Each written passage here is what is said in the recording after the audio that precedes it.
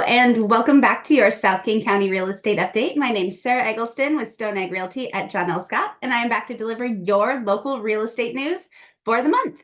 I'll go ahead and jump right on into these slides because we got a lot to cover today. So it is February 2024, and as I said before, this is your South King County Real Estate Update. Just a quick note, I have a class coming up next week on Thursday. I'll be teaching this the third Thursday of every month for a while. It's a pre-home buying workshop, so it's an hour, hour and a half, very casual. You can get all your questions answered, just kind of see what the process is like for home buying and get a chance to hear from a mortgage broker and a real estate broker how the whole thing works. So it'll be a really great quick class, nice little 101. Then on March 9th, that'll be the next down payment assistance class. So this is sponsored by Washington State Housing Finance Commission. The lenders and real estate agents that teach this class have gone through a lot of extra training to be able to teach this class, and it provides the attendees certification for the Washington State Housing Finance Commission down payment assistance programs. So I highly recommend you check this out, especially if you want to buy a home and you're maybe a little bit short on what you would like to have for a down payment. This is the perfect class for you. And I do have the winter buyer and seller guides available. Hopefully by next month, I will have the spring ones, but these are really great information as well as the housing forecast. So if you are curious about seeing either of those, let me know.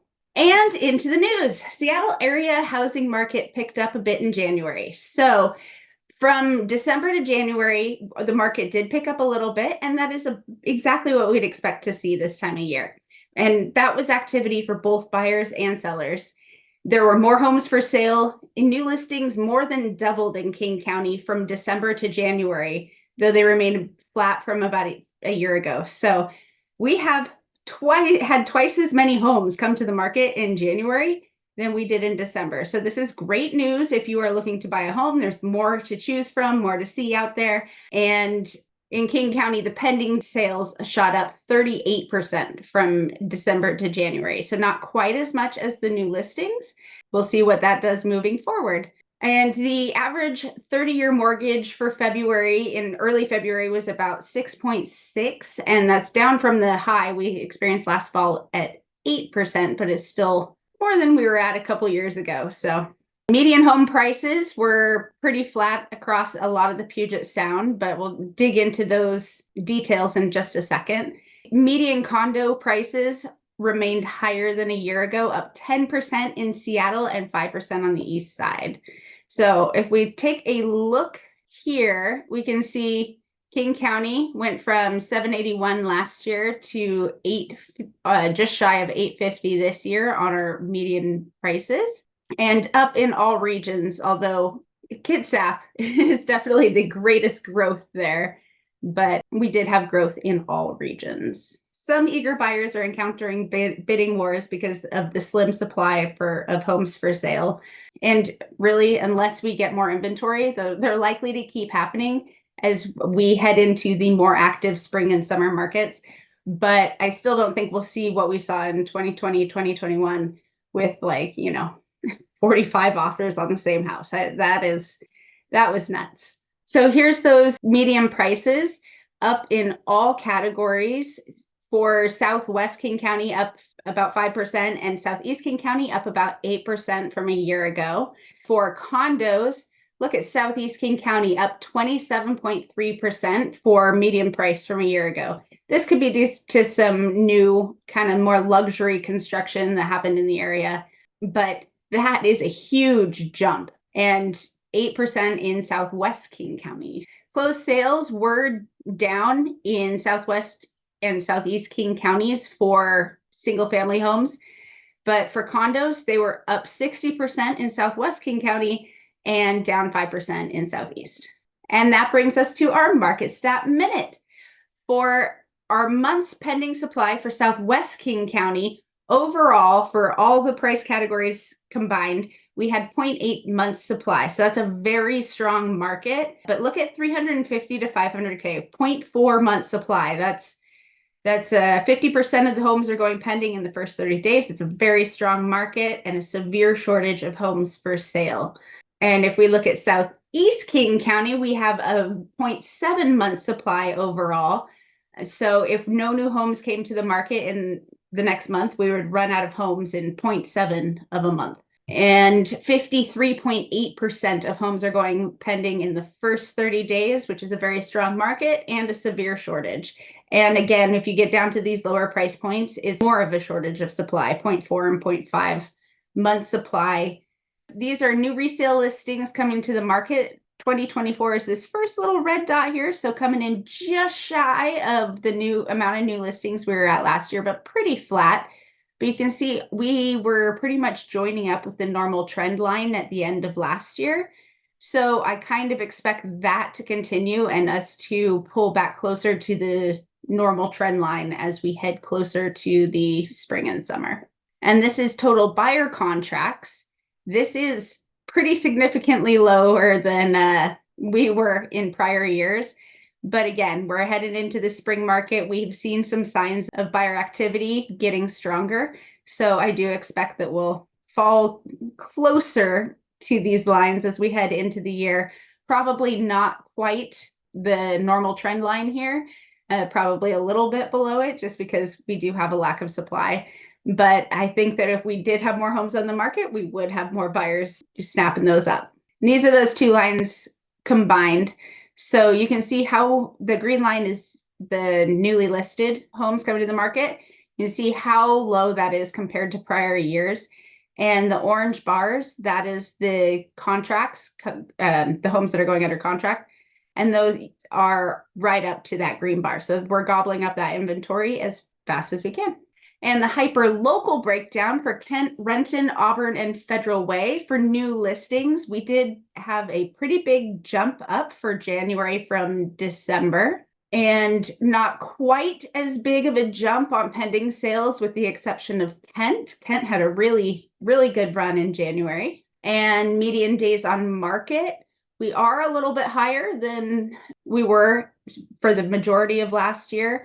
But that's kind of to be expected at the beginning of the year.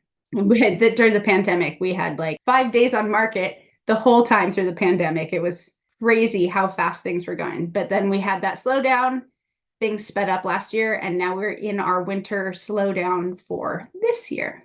And median sales price, Kent was pretty flat. Renton was up 1% from a year ago.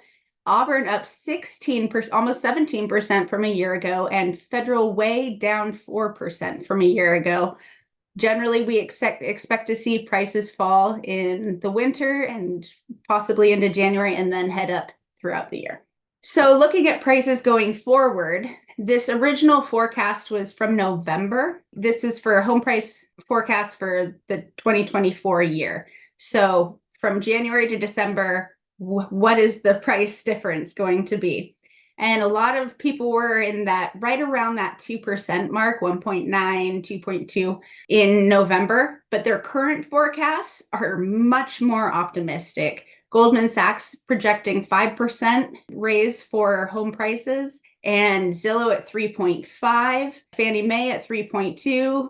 They've all come up pretty significantly from their original forecasts in November. For mortgage rates, last time we were together, it was at a 6.69 for our daily interest rate and 6.66 for our weekly average. And if we bring it to this week's weekly average, it is 6.64. So right about where we were last month, but it did drop and then rise again. So like I said, mortgages do tick around up and down as we move throughout short periods, but overall the trend is that we are on a downward.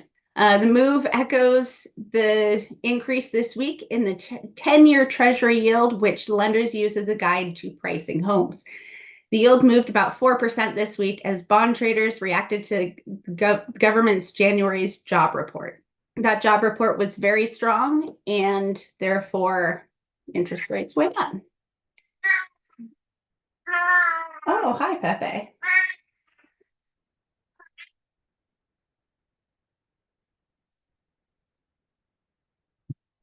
And we have a guest on our show today. This is Pepe. Say hi to the crowd, Pepe.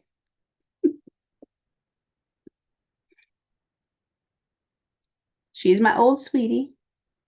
All right. Is that enough attention?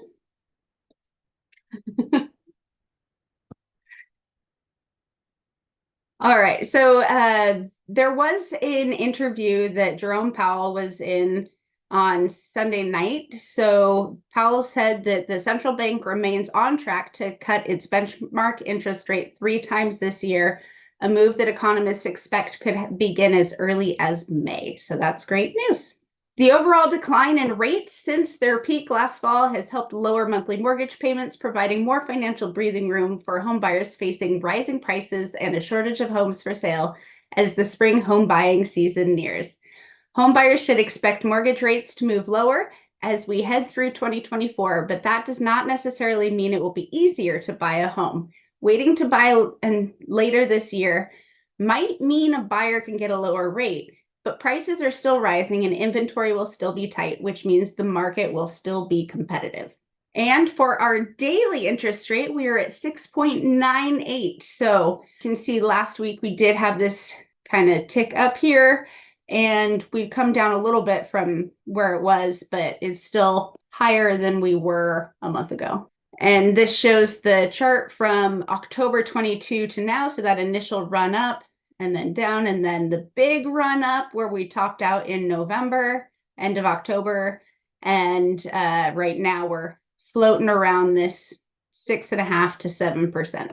So what determines a mortgage rate? The spread is the difference between the mortgage rate and the 10-year yield. The 10-year yield as of the last week on the 2nd was 4.02 when the mortgage rate was 6.92. That's a 2.9 spread, and the average spread is 1.7. So why is that? This quote from chief economist at First American: the spread is not always consistent. It actually widens during periods of economic or geopolitical uncertainty, as has been the case in today's market. So that explains a little bit why the spread is a little bit greater, but hopefully we get a little more certainty in our world and can reduce that spread moving forward. If our spread was normal, we would be at around 5%. It also appears that mortgage rates are now falling again. They will almost certainly not fall to pandemic lows, although we may soon see rates under 6%, which would be low by pre-Great Recession standards. And that is from the Dean Baker, senior economist at the Center for Economic Research. And just one last reminder of the class next Thursday, the pre-home buying workshop, little 101 home buying class, and the March 9th Saturday 5-hour get your certification to use this awesome program down payment assistance class. So make sure to check that out. If you have any questions, please feel free to reach out. My name and phone number and email address are on the screen there. I would love to have a conversation with you about the mortgage rates and what's happening there, or the real estate market in your area or an area you're interested in. Let's have a cup of coffee or just a little conversation. So let me know if you would like to have that chat, and I would love to have that with you. Thank you so much for joining me for your South King County real estate update.